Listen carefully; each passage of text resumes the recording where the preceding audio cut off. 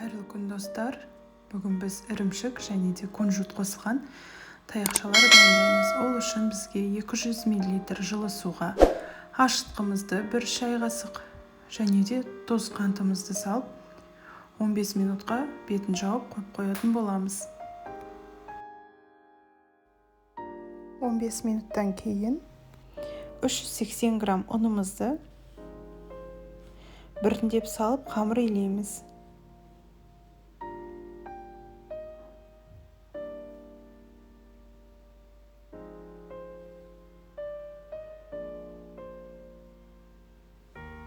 Қамыр өте жұмсақ болып шығу үшін мен ең алдымен вилкамен илеп аламын. Содан кейін барып қамырды жинап илейтін боламыз. Енді қамырымызды 30 минутқа бетін жауып жылы жерге қойып қоямыз.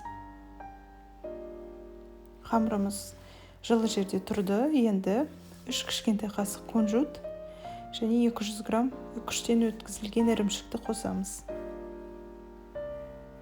Жақсылап барлығын біркелкі етіп араластырамыз. Нан қылып илейміз.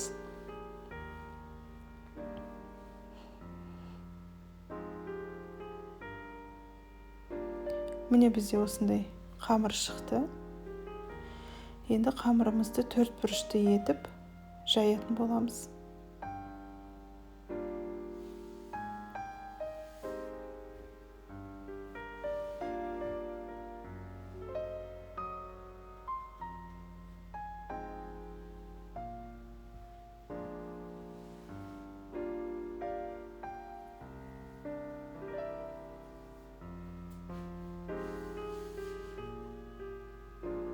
Қамырымыздың артық жерлерін кесіп тастаймыз. Енді видеода көріп тұрғандарыңыздай ұзынша етіп барлығын кесіп шығатын боламыз. Осы кескен қамырымыздың ортасынан кессеңіздер, қысқа таяқшалар сізде шығады.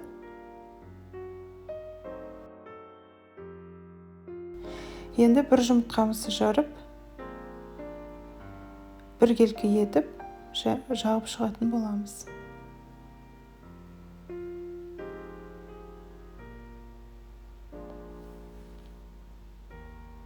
«200 градус қызып тұрған пеште 20-30 минут пісіреміз. Міне біздің өте жұмсақ таяқшаларымыз дайын болды. Міндетті түрде дайындап көріңіздер.